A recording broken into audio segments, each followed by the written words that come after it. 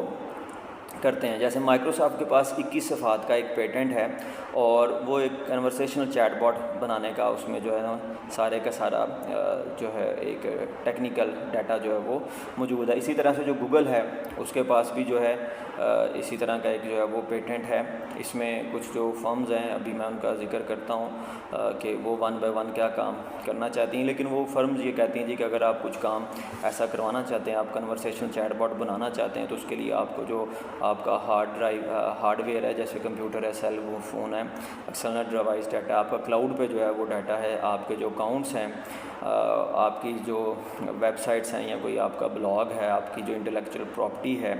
اور اس کے بعد جو آپ کا بزنس ایسٹس ہیں، وہ سارے کے سارے آپ ان کے ساتھ جو ہے وہ شیئر کریں، تو وہ اس سے جو ہے وہ ڈیٹا ایکسٹریکٹ کریں گے۔ تو یہ ڈیجیٹل پریزنس ہے جی، اور عام طور پہ تو زیادہ تر تو لوگ اس کے بارے میں بھی کیئر نہیں کرتے، ان کے ختم ہونے کے ساتھ ہی ان کی جو ڈیجیٹل پریزنس ہے وہ بھی عام طور پہ ختم ہی ہو جاتی ہے۔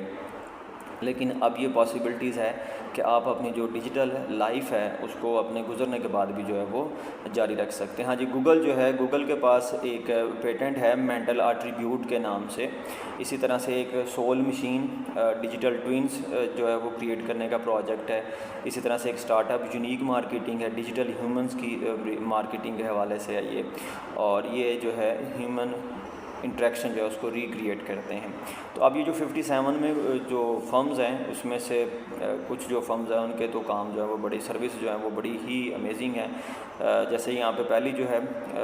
یہ ہے جی بی سیلیبریٹڈ۔ یہ جو بی سیلیبریٹڈ ہے، بی سیلیبریٹڈ یہ کیا کرتی ہے جی، آٹو بایوگرافیکل آپ کی ایک ویب سائٹ ڈیزائن کرے گی،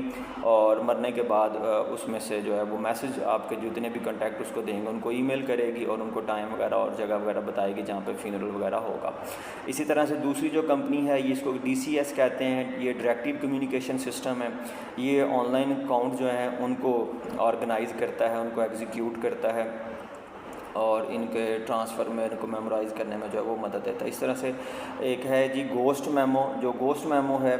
یہ کہتا ہے جی کہ اگر آپ پیریڈیکلی اس کو رپلائی نہیں کریں گے، پروف آف لائف جو ہے وہ نہیں دیں گے، تو پھر آپ کو جو پری ریٹرن فائنل میسج ہوں گے یہ آپ کے جو پیارے ہیں ان کو یہ کنوے کر دے گی یہ والی کمپنی۔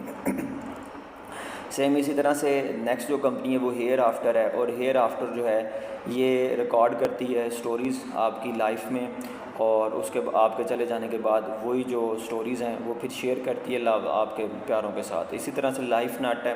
لائف نیٹ جو ہے اس کو DNA پرووائڈ کرتے ہیں، اور پھر اس کے بعد ان کو ایک فائل پرووائڈ کرتے ہیں جس میں بایوگرافیکل فوٹوز، ویڈیوز اور کچھ دوسرے ڈاکومنٹس ہوتے ہیں، اور یہ کہتے ہیں جی کہ ہم مستقبل قریب میں جو ہے وہ ایک آپ کا کانشیس انالوگ جو ہے وہ بنا دیں گے اسی ڈاٹے سے۔ اسی طرح سے مائی وشیز ہے۔ مائی وشیز جو ہے یہ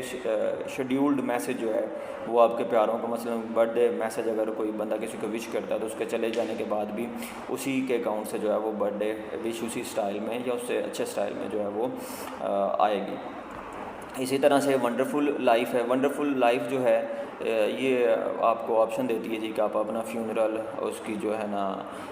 کھانا وغیرہ، اس کا ارینجمنٹ جو ہے وہ سارے کا سارا آپ خود جو ہے وہ ڈیزائن کریں۔ ظاہر ہے ہمارے یہاں پاکستان میں تو ظاہر ہے جو رشتہ دار ہیں، جو چاہنے والے ہیں، وہ قبر بھی وہی کھود دیتے ہیں، اور اسی طرح سے نہلانا، کفن دفنانا، سارا کچھ جو ہے وہ پیارے کرتے ہیں۔ لیکن اگر آپ یورپ کی بات کریں، امریکہ، آسٹریلیا، کینیڈا کی بات کریں تو وہاں پہ آپ کو ایسی ایجنسیز مل جاتی ہیں کہ وہ سارے کام خود ہی کر دیتے ہیں۔ آپ پاس انہیں رابطہ کریں، وہ آپ سے ڈیڈ باڈی لے جائیں گے اور اسی کو جو ہے خود ہی جو ہے وہ نہلا دلا کے کفنا کے آپ کو بتا دیں گے جی کہ گاڑی پہ رکھ کے یہ قبرستان لے کے جا رہے ہیں اگر دفنانا ہے تو ان کو جو ہے وہ وہاں پہ بری کرنے کے بعد جتنی بھی ساری مونل ساری کی ساری تقریبات ہیں وہ کروا کے تو کام جو ہے وہ ختم ہو جائے گا۔ اچھا جی، اب اس میں کہتے ہیں جی کہ یہ بڑا تھراپیوٹیکل ٹول ہوگا، اس سے جو ہے پازیٹیو میموریز جو ہیں وہ پیدا ہوں گی، لیکن جو اس کے مخالفین ہیں وہ کہتے ہیں جی کہ نہیں، اس سے سائیکالوجیکل انریسٹ جو ہے وہ ہوگا